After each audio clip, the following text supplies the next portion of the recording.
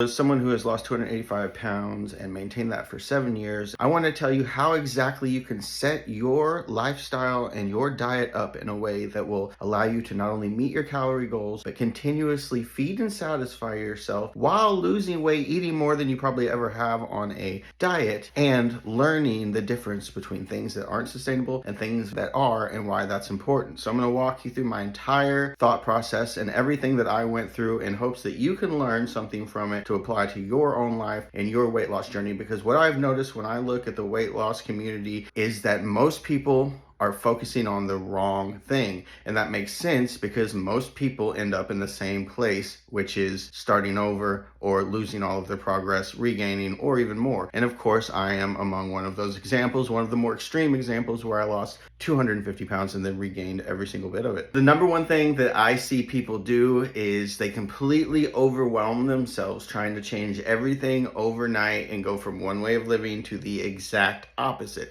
They try to be perfect immediately, and then they rely completely on the scale to tell them what they're doing from week to week, sometimes day to day, whether it's right or wrong, and then taking that very inaccurate and horrible information, they apply it to their lives and punish themselves and beat themselves up for doing something that they think is wrong, and then they continue to add to that, and it's like, running through a maze with no clue where to go. You feel like you're banging your head up against the wall. I've been there. And you start to get desperate, you start to worry, you start to be afraid, you start to fret. You're like, what if it's just something that I can't do? What if my body just won't lose the weight and I'm stuck like this forever? Because I can't live like this forever. I can't keep this up forever. You know deep inside that what you're doing, you can't keep that up forever. So you're struggling trying to get to this end thinking that once you get there, it's over, but it's not. So if you're struggling right now, when you get to the end, you're gonna be even struggling more because it's gonna be harder, because the more weight you lose, the less that you can actually eat, because your body needs less energy to maintain itself. That's the cruelty that I like to call the law of thermodynamics. Now, while the most important aspect of losing weight is a calorie deficit, that is a very simple thing. And if it was that simple, everyone would get to their ideal weight and stay there. But the real main key thing is your mindset, because the mindset is what kills everyone. And there are many ways you need to protect your mindset when you are going throughout your weight loss journey. And the first one is by not constantly sabotage yourself by trying to do too much at once. You aren't going to be perfect tomorrow, but it is okay to ease towards that. It is okay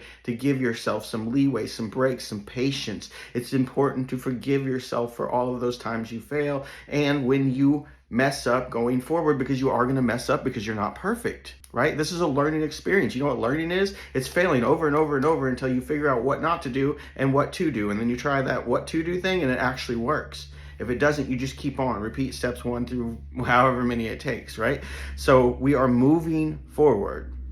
We are making small changes, but the first thing you have to do is make a commitment to yourself that no matter what, I'm going to continue taking steps each day to improve. They might not be the biggest steps in the world. Maybe sometimes I'm just going to stay even. Maybe sometimes I'm going to have a bad day and I'm going to pull myself back faster than I did last time. And that's going to be my victory today. That's going to be my little step. That's going to be the way I learn. If I mess up, I'm not going to beat myself up. I'm going to learn from that. I'm going to look at it objectively and be like, what went wrong here? And what could I really have done to change it? Not excuse, but what adjustment can I make here? Try it. And if it doesn't work, don't beat yourself up and be like, oh, that didn't work. I'm a loser. I'm never going to do it. I'm a failure. It's impossible. No, that didn't work. Why?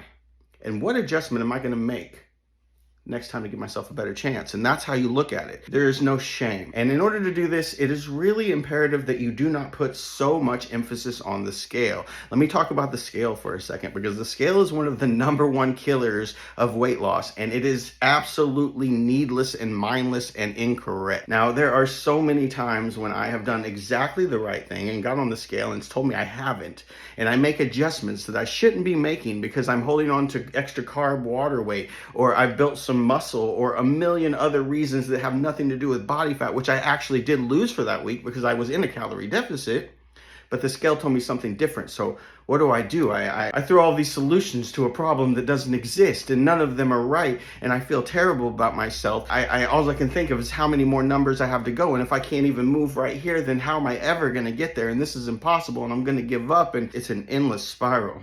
The first time I went throughout my weight loss journey and lost 250 pounds, I would weigh at least once a week, usually every couple days. And I obsessed about it. If I had a bad day and the scale said something good, I was like, oh, I can keep doing that and getting away with it. I couldn't. If I had a good week and the scale said I was bad, I tried to do all of these things to compensate, and it just usually made it worse until I was in starvation mode and I was at a plateau and I felt horrible and nothing was going right, right? There is another way, a much better way. A much easier way, really, but it is a slightly slower way. So that is the trade-off, but it's well worth it because the slower way is actually the sustainable way. And what is the point of getting something fast if you can't keep it? Ooh, look, I can get a Lamborghini in 2 days where this guy's gonna take 3 weeks, and I can drive it for 3 weeks where this guy gets to keep it forever. Like, yeah, you just wait, be patient.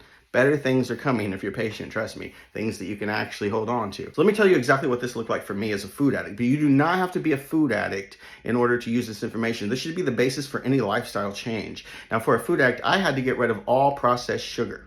All of it. If I have any, I continue to eat compulsively, just like an addiction. That's my thing. So for me, everything I had and everything that almost exists has processed sugar added into it. The bread, the meat, everything. It was really hard for me, and I thought at the time impossible to make these changes, but I decided instead of overwhelming myself, I was going to make one small change at a time, because I've been trying this for 20 years. So what if it took me 5 months to get going? That's a drop of the bucket if it actually works. You know, I was at the end of my rope. So I used to have peanut butter and jellies every day. Tons of grape jelly, peanut butter, bread that has added sugar. I mean, it was a sugar bomb. It was great.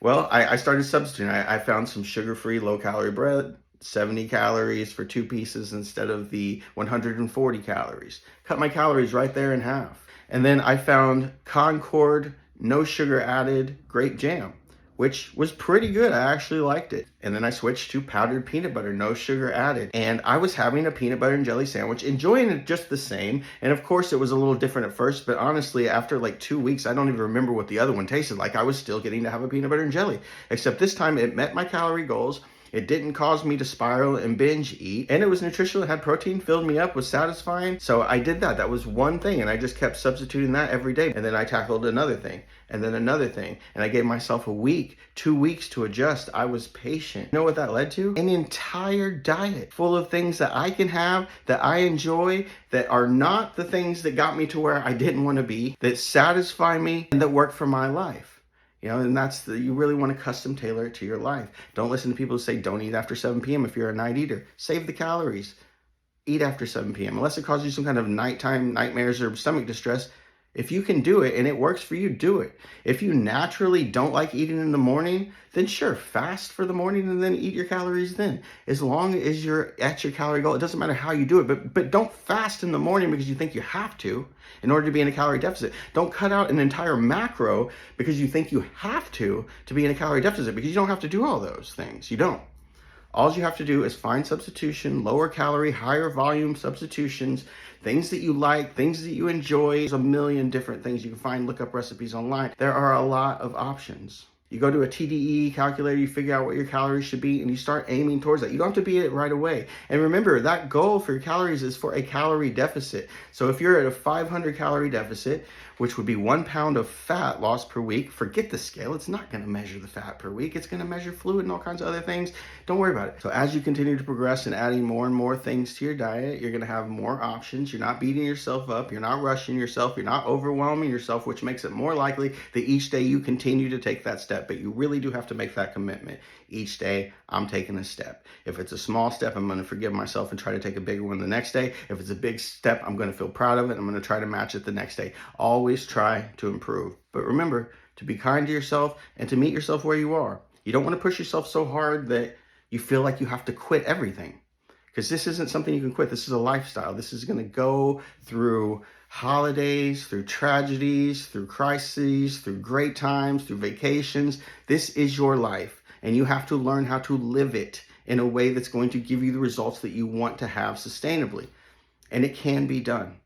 You just have to stick with it. You have to educate yourself, and you have to, more than anything, try things, fail, figure out why, and then fix it. being nearly 500 pounds my entire life and immobile, and now being healthy and be able to move around is the greatest gift ever. I have absolutely zero regrets. I'm so happy that I put in all of the work and all of the sacrifice in order to get where I'm at. I learned over the course of this journey that it wasn't actually a sacrifice. What I was doing before was way harder than what I'm doing now, and it was senseless. So I hope that people can start thinking about weight loss as not some kind of a thing that you do and then it's done, but as changing your life, because that's what it is. There's no pill, there's nothing that you're going to do that's going to continue to keep the weight off of you forever if you don't change the fundamental problems that got you to the weight you're at now. For the most part, if you want to live a happy, fulfilling life and be healthy and feed your body in a sustainable way that keeps that, you are going to have to learn how to do that. And that learning is called the weight loss process. So please do not rush it. Thank you. I hope this helped.